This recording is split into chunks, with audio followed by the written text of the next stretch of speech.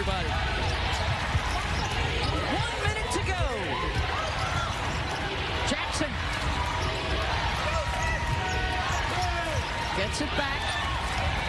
Thomas sets the screen and rolls inside. Count it! Off the backboard and a two-point edge. No panic for the freshman, Delaney Thomas, to get the finish. And another timeout, I believe, by Stanford here.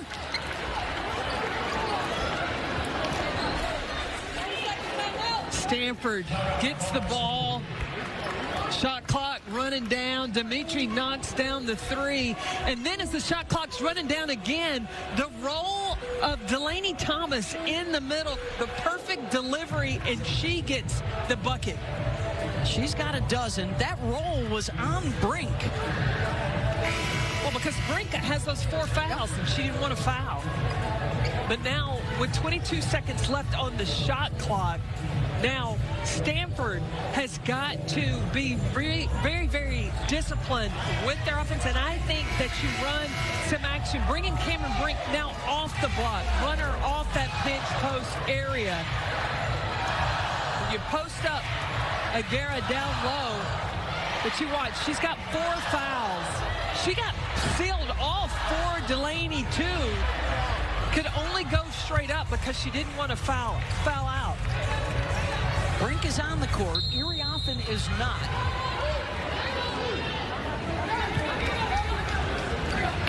And now Duke will call a timeout.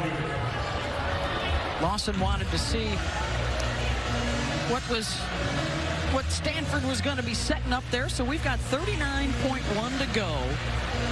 And what a job in this second half by Duke. Started with their defense, and once Cameron Brink went out of the game, they started picking the tempo up. I'm so impressed with how Duke, in playing a team like Stanford with all the notoriety, and this is a young Duke team, they really struggled in the first quarter. They came back in that second and that third. Now they're leading with 39 seconds to go. And I'm sure Carol Lawson is telling her team, all you got to do is get one defensive stop. You get a stop right here.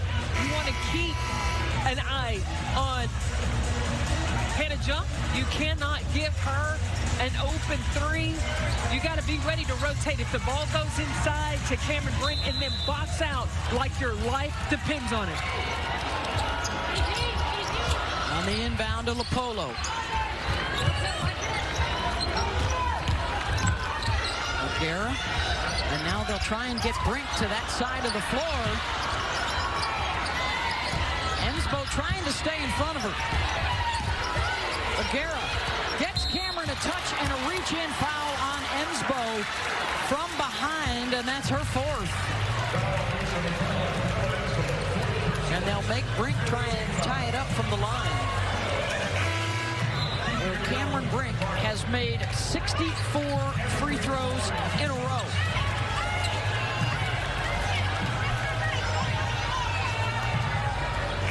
Talk about pressure. Conwell will check back in for Duke. And Clardy comes on for Hannah Jump. Iriothan is also back into the game for Stanford.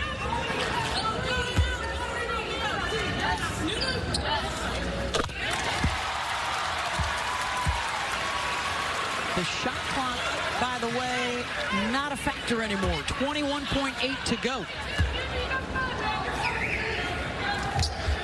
Brink, 10 points in the 4th quarter. Her free throw streak is at 66 in a row, and she's tied it up. Timeout Duke to advance the ball to midcourt. Now's the opportunity for Carol Lawson to find out who can execute in pressure situations. These are all new players, right? So she's got to find out who can be disciplined enough. Now's when you make your money. And when you're able to execute in order to get yourself a good shot. Stanford doesn't have to foul.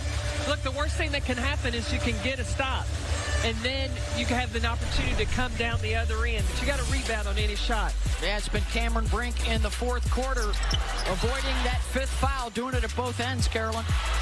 She really has. She has been a factor. We've seen a couple of times, shot clock running down, they've come inside, and she's also been the rim protector for the Stanford Cardinal. She just has demonstrated how valuable she is to this team in white. She's going to have to be huge in these last 21 seconds.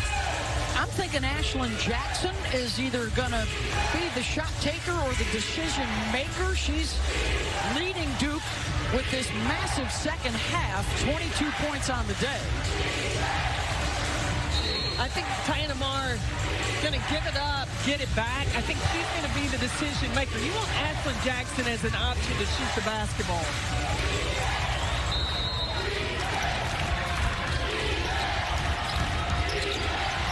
They got to get it in. Yeah. Up top to Jackson. Chance for her last shot to win it. Defended by Lopolo. Jackson gets the screen up top. They leave her. She's got an open look, and it's off the mark. Scramble for the loose ball. Stanford's got it, and a timeout. And I don't believe they dribbled after the rebound, so they can advance to midcourt. And the officials are going to check to see if they need to put any time on the clock with 1.8 to go. You have experience. Tara Vanderveer, 45 years as a head coach. Now, if there's anybody that's got a 1.8 second play, she's the one. I was surprised all of Stanford's defenders left Ashlyn Jackson. Fortunate for Stanford, she wasn't able to knock it down. She was 6 of 8 from downtown prior to that miss. So now we turn to the Cardinal side. Their best shooter would be Hannah Jump. Of course, if they can get the ball near the rim with Brink or Iriafen, look, a higher percentage. Yeah, you only have to win by 1. I would have something going to the rim. And remember how the game warm-ups ended? Iriafen dumped it. So Stanford has the option to throw the ball up around the rim.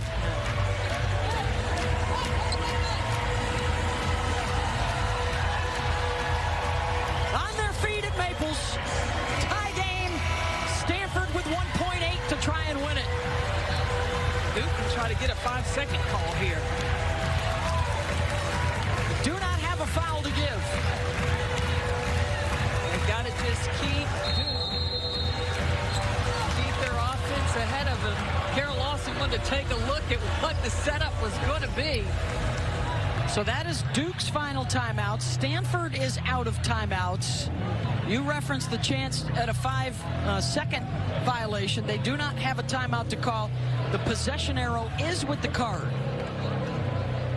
I would look to see if Iriafen is at one of the elbows and possibly set a back screen for her. I'd put Hannah Jump in that. Back screen, and if the defense helps down, then you have a Hannah Jump for the three-point shot. There's all kinds of things. I get the sense right like here. you've coached before or something. Beth Bowens and Carolyn Peck with you courtside, and what a treat this has been this afternoon. You do have time for a catch and shoot. You can't dribble. I wouldn't bother dribbling. Dimitri to inbound. The lob inside, Brink with the catch. And no foul. We are going to overtime.